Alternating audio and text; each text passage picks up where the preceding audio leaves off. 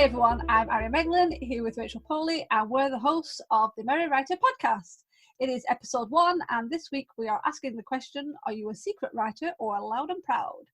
Okay, so before we start answering this question, I just have to say, oh my god, we've got a podcast!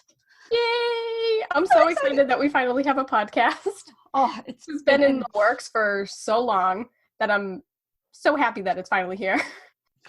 It has been lots and lots and lots of planning.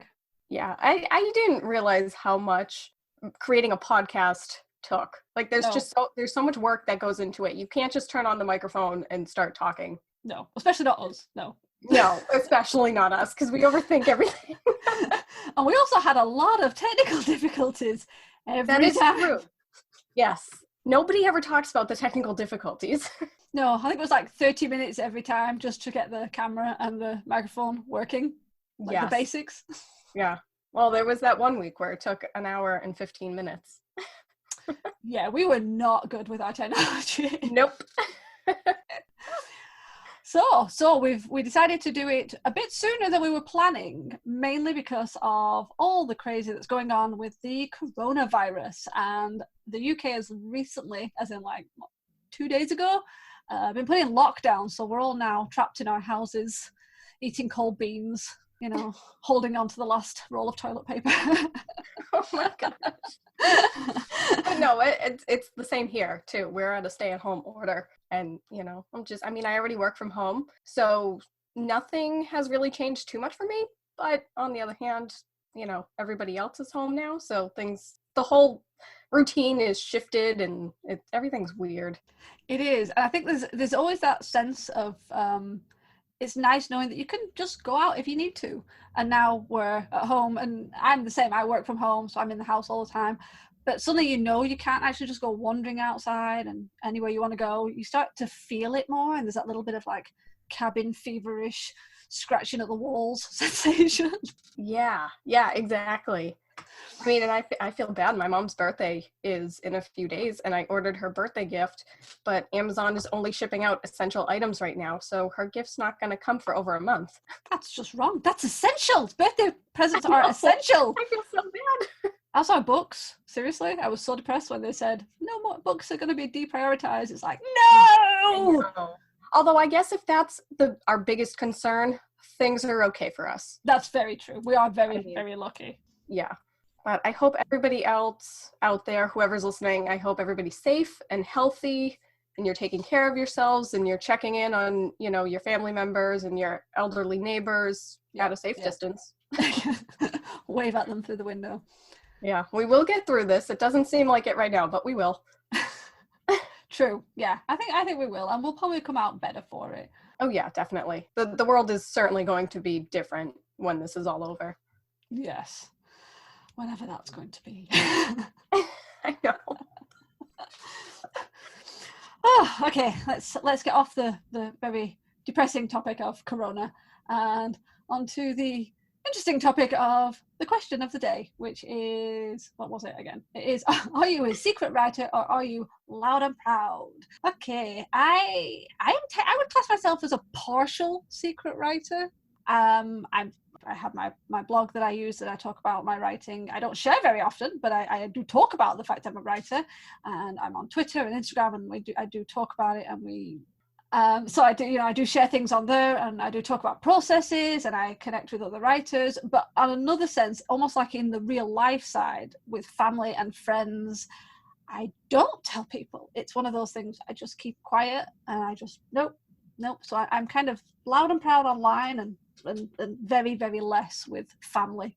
Yeah, I can understand that, especially because things are so much easier on the internet. The internet is a crazy place, and you shouldn't be saying like too much personal information and stuff like that. But given that it's 2020, it's just the way the world works now. But it's so much easier to write down your feelings and to discuss things rather than doing it face to face. And it's hard because there's such a huge community of writers online that when you talk about it, you get the support that you're looking for. Whereas when you talk to people in real life about it, if they're a writer, great. But if they're not, then they just ask, needless questions. Like, well, what do you write? When is your book going to be finished? Can I read it? Can I be in your book? It's like, well, no. Why do they always, usually they follow that up with, it's not a real job, right? And I was like, what are you really going to do? And it's like, well, so one minute you want to be in the book and next minute you're like, poo-pooing the book. It's like, it's a phase. I have to admit, I've never had anybody say that to me before. When I was in middle school, I remember telling a friend that I wanted to be either a teacher or a writer. And she flat out told me, be a writer, it's more money. And at the time, I was like, yeah, you're right. Because at the time in my mind, I was like, J.K. Rowling, she has so much money. All authors make that amount of money. And then I went into this field. Why did I do this in the first place? No, that's it. I unfortunately have, when I was growing up, when I was really little, I actually was very, very proud and loud about being a writer. I started getting into writing when I was 8, and I was, scribbling in pads and filling up massive notebooks. And I would be like, oh, read this to family members. And they were supportive in a sense, because obviously when you're little they are. But as I got older, into like teenage years, there was a lot more of this, well, it's not really a job, and it's like, it's not really anything. It's like, are you not focusing on more important jobs? And do you not want to be an accountant? And it's like, nope, really don't want to be an accountant or anything as boring as that. Sorry to any accountants out there, but no thanks. Well, no, it's a personal preference. I could not do math all day long. Oh, no. I mean, I have worked in offices with accountants, and no. I couldn't do that. It would just drive me insane. So I was quite out there with it, but as I told people and they started asking questions, and it wasn't that kind of interested questions you get with other writers where it's like, oh wow, tell me about your story, I'd love to know more. It was that kind of, so what is it about? And there was always that sense of like, I'm being very harshly judged, and if it doesn't sound like the next big blockbuster, it's going to go badly. So you end up learning to sort of keep it more private, and so that you don't have to deal with that judgment. You don't have to deal with the, as you say, needless and endless questions that don't make you feel excited about being a writer, but instead kind of deflate you and can be quite painful at times. Yeah, no, I can understand that, especially because I used to be a secret writer, and I still kind of am. I think I'll go with your words. I'm a partial secret writer. But when I made the shift and I quit my job to become a full-time writer, that's when I started being more loud and proud about it, because I had to, because what's the word I'm looking for? Self-promotion. Because self-promotion is so important when you're a writer, when you're an entrepreneur and you're trying to start a business for yourself, because I mean, you don't think that writing is a business, but it is. And that, you have to tell people about it. You have to be proud of yourself, because it's a lot of work. It's creative, yes, and a lot of people think of creativity as fun and a hobby, but it's a lot of work, and it's hard, and it's not as easy as everybody makes it out to be. No, definitely not. I think you totally hit on that, is that it is a business. I mean, it is creative, but it definitely goes hand in hand as a business if you want to be a published author.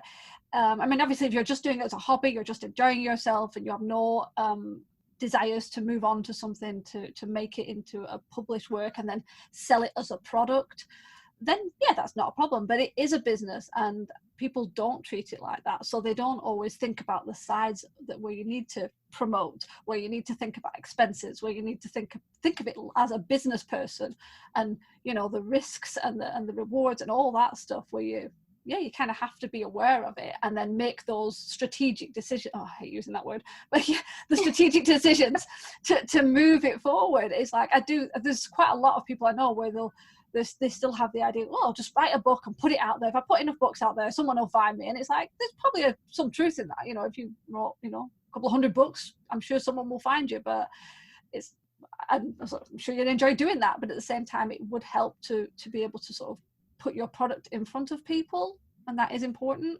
It is, yeah. And I have seen some people, like, you're not wrong. I have seen some people that they self-published a book and they're like, I just did this for fun. I had a fun story to tell.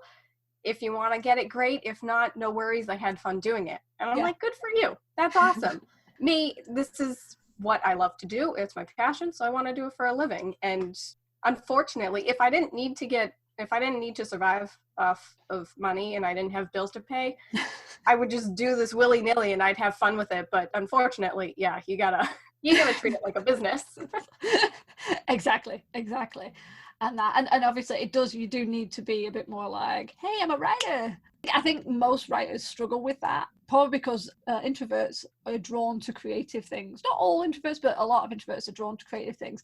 So it's hard to kind of balance the necessity of self-publishing and self-promotion and dealing with the fact that you're introverted and you don't feel comfortable always putting yourself out there and kind of, hey, look at my writing. And I have to admit, I mean, I've been writing for a long time and I still struggle to share like anything. I'm trying a lot harder. I am putting more short stories and short flash fictions on my blog, and I'm talking about my writing a lot more, but it has been a real struggle to do that. It's hard. I know. I've been writing since I was 10. And I started writing with fan fiction because my sister did fan fiction and I just wanted to copy her. And for some reason, it stuck. So when I started my blog in 2012, I wanted it as an author platform, but I didn't know how to do that. And I just wanted to, like, I would post blog posts and I was like, oh, people will find me and they'll love my writing because I've been writing since I was 10. So this is just great. But I never shared any of my creative writing because I was afraid to, like, who isn't? But all my blog posts, it was just, I didn't write today because I had so much homework and then I was tired. And literally all of my blog posts were the same. It was just me coming up with excuse after excuse after excuse for why I didn't write. And finally, one year, I think it was 2015 or 2016, I was like, I'm going to write a short story or a flash fiction piece a week. And it took me a while to get into that weekly routine, but I eventually did it. And I just started posting short stories on my blog every Sunday, and it turned into a feature. And it got to the point where I was writing them in bulk because I couldn't keep up with it.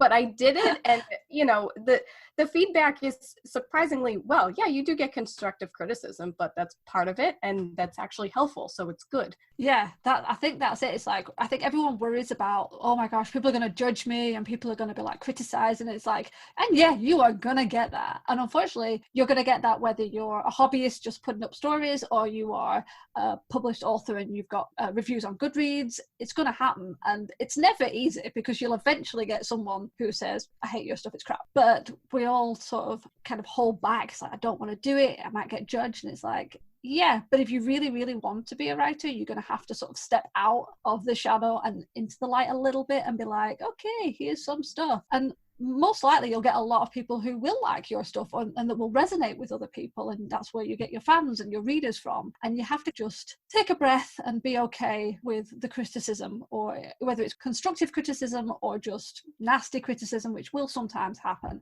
But I think it's worth it to getting your work out there. It's worth going through and having some of that negativity that will sometimes come at you, because the positivity will also be there. And I think that's worth everything. Yeah, I agree. Because the thing is, you can't please everyone. No. And everybody has different tastes and everybody interprets books differently. So you're going to have one person who absolutely loves your writing, and then you'll have somebody who thinks you are just like terrible at it, and that's fine.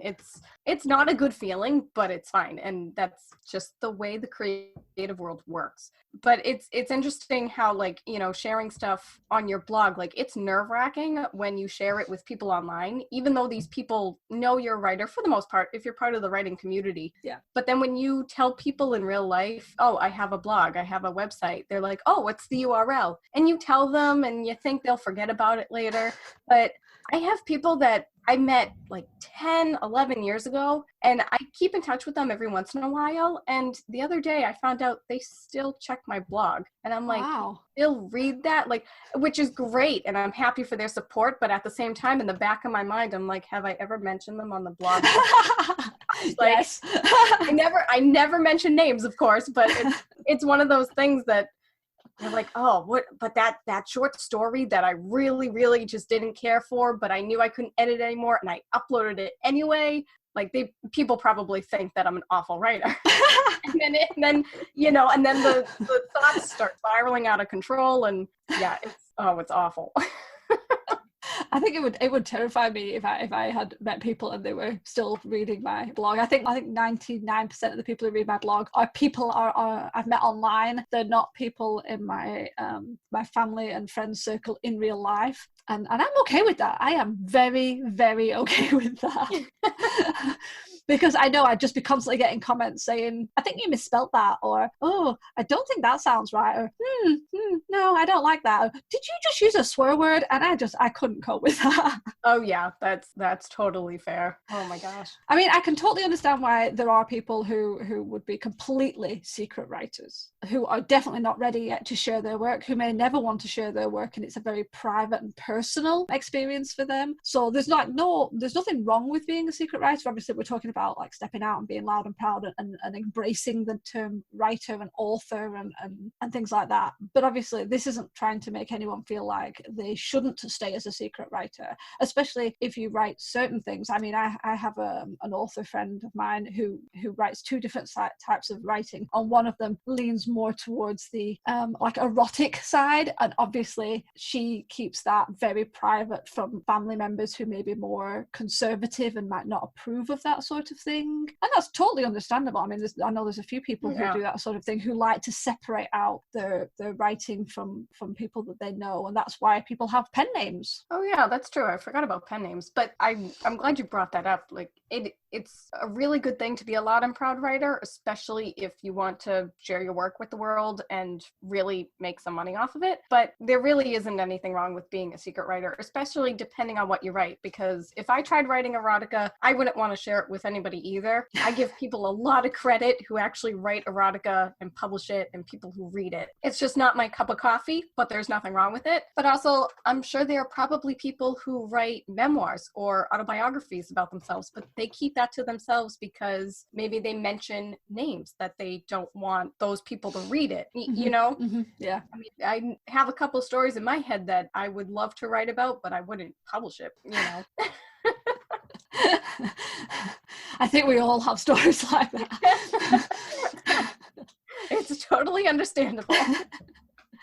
I mean, I have to admit, I will hold my hand up. I have in times if I've had a very bad experience or stress with someone, I have gone on my computer and I've like typed out an angry scene, and it's like, it is never going to go in a novel. It is never going to go in a book or anything.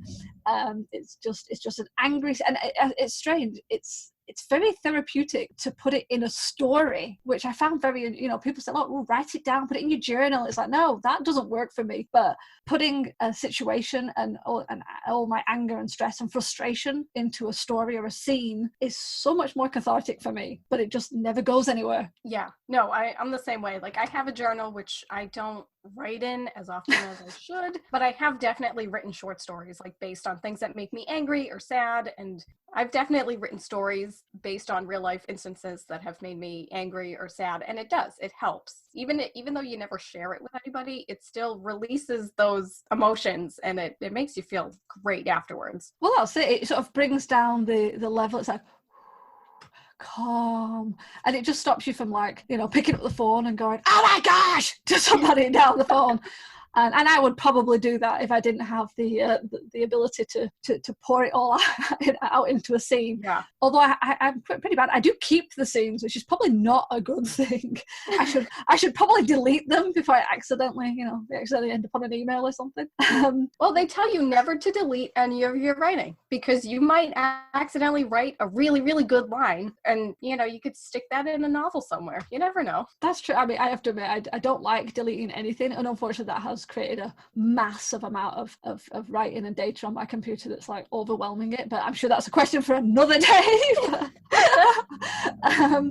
But yeah, so to recap what we're talking about, why do you think it's awkward to talk about writing? I think it mainly comes down to the fact that society as a whole still looks at the creative arts, whether that's writing, music, drama, painting, sculpting, all things like that, as hobbies and as less important than other subjects. And even though we have, like, obviously we have movies with actors and actresses in, we have musicians and operas and all this stuff where creativity is used as jobs and careers and building our culture, and we do view it very importantly as culture, but at the same time it has to reach a certain level before we sort of look at it and go, oh yes, that's great. And until you get there, it's still got this kind of, oh, it's a hobby, oh, it's a time waste. It's like, you should be doing real things. It's like, you know, other things are much more important. Maths is much more important, and science. And it's like, I'm not saying that those aren't important, but there is still a place for creativity and writing. Yeah, and I think there's a little bit of creativity in every profession. It's just not always prominent, which is totally fine. But